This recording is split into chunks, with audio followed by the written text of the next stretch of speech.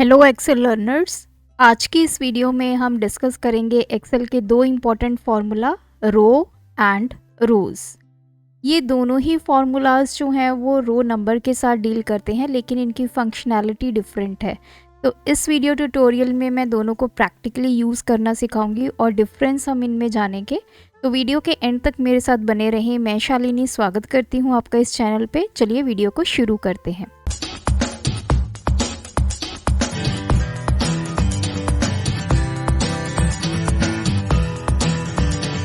सबसे पहले बात करते हैं रो एंड रोज़ फार्मूला की। ये दोनों ही फार्मूला आपको फार्मूला टैब के अंडर लुकअप एंड रेफरेंस के अंदर जो है वो मिलने वाले हैं। अब बात करते हैं सबसे पहले रो फंक्शन की। तो देखिए, जो रो फंक्शन होता है वो बेसिकली आपने जो सेल सिलेक्ट किया है वो किस रो में है ये हमें बताता है। तो इसको आप दो तरह से यूज़ कर सकते हैं। रो, इसमें एक ही पैरामीटर पास होता है, दैट इज़ रेफरेंस। तो ये ऑप्शनल पैरामीटर है। तो सबसे पहले हम इसका यूज़ करना सीखेंगे विदाउट रेफरेंस। तो मैंने रो में यहाँ पे ब्रैकेट में कुछ भी वैल्यू नहीं दी और इसको एंटर किया, तो इसने मुझे 13 वैल्यू दिखाई। अब ये 13 क्या है? रो नंबर। मीन्स ये जो सेल है इसने करंट सेल को देखा कि वो किस रो में है और वो नंबर हमें इसने रिटर्न कर दिया। तो ये सेल किस रो में है? रो नंबर 13 में। अब बात करते हैं कि अगर हम रेफरेंस पास करते हैं, मैंने रो लिखा और यहाँ पे हम किसी भी सेल का रेफरेंस दे देते हैं, जैसे मैंने F13 एंटर, तो ये भी किस में है? 13th रो में है। अगर मैं कोई और रेफरेंस देती हूँ यहाँ पे,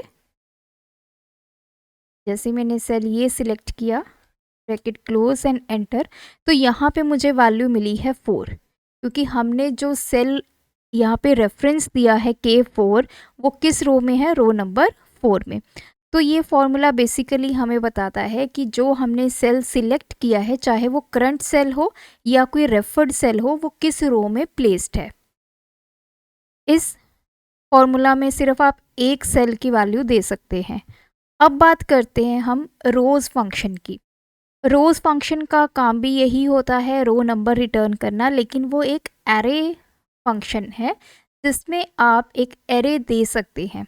अब जैसे मैंने लिखा equals to rose bracket start, अब मैंने यहाँ पे A1 कॉलन A1, तो मैंने एक एरे दे दिया A1 से लेके A1। जब मैंने एंटर किया तो इसने मुझे वैल्यू दी 1। A1 रेशो A1 का मतलब क्या है यहाँ पे कॉलन का, कि मैंने सिर्फ एक ही अभी सेल पास किया है, लेकिन उसको इन फॉर्म ऑफ एरे पास किया है। अब मैंने यहाँ पे लिखा रोज़ ब्रैकेट स्टार्ट, अब इसमें पैरामीटर क्या मांग रहा है? वो एरे। अब सपोज कीजिए मैंने ये एरे पास किया,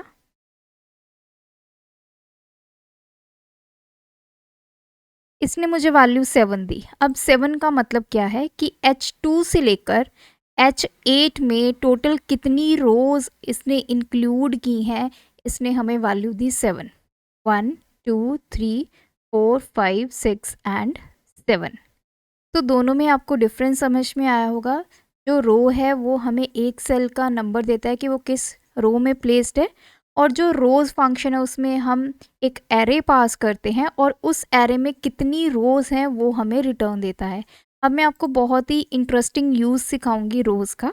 तो देखिए, मैंने यहाँ पे लिखा रोज़ ब्रैकेट स्टार्ट, इसमें मैंने करली ब्रैकेट में वैल्यूज़ पास की 1 2 3, देन उसके बाद मैंने लगाया सेमी कॉलन 4 5 6,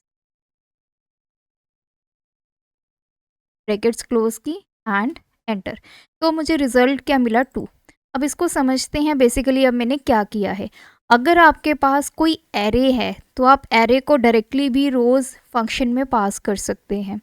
तो देखिए, अगर आपके एक्सेल में आपने कॉमा यूज़ किया है एलिमेंट्स के अंदर, तो कॉमा इंडिकेट करता है कॉलम को और सेमी कॉलन इंडिकेट करता है रोज़ को।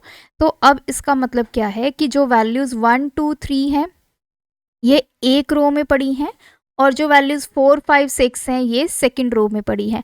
तो टोटल कितनी रोज़ हमारी हो गई, दैट इज़ 2। और यही वैल्यू इस फंक्शन ने रिटर्न की है, क्योंकि रोज़ फंक्शन जो है हमें नंबर ऑफ़ रोज़ बताता है जो भी हम एरे पास कर रहे हैं। सो इस तरह से ये दोनों फंक्शंस काम करते हैं, बहुत ही इंटरेस्टिंग फंक्शंस हैं। इनको आप दूसरे फंक्शंस के साथ कंबाइन करके भी यूज़ कर सकते हैं।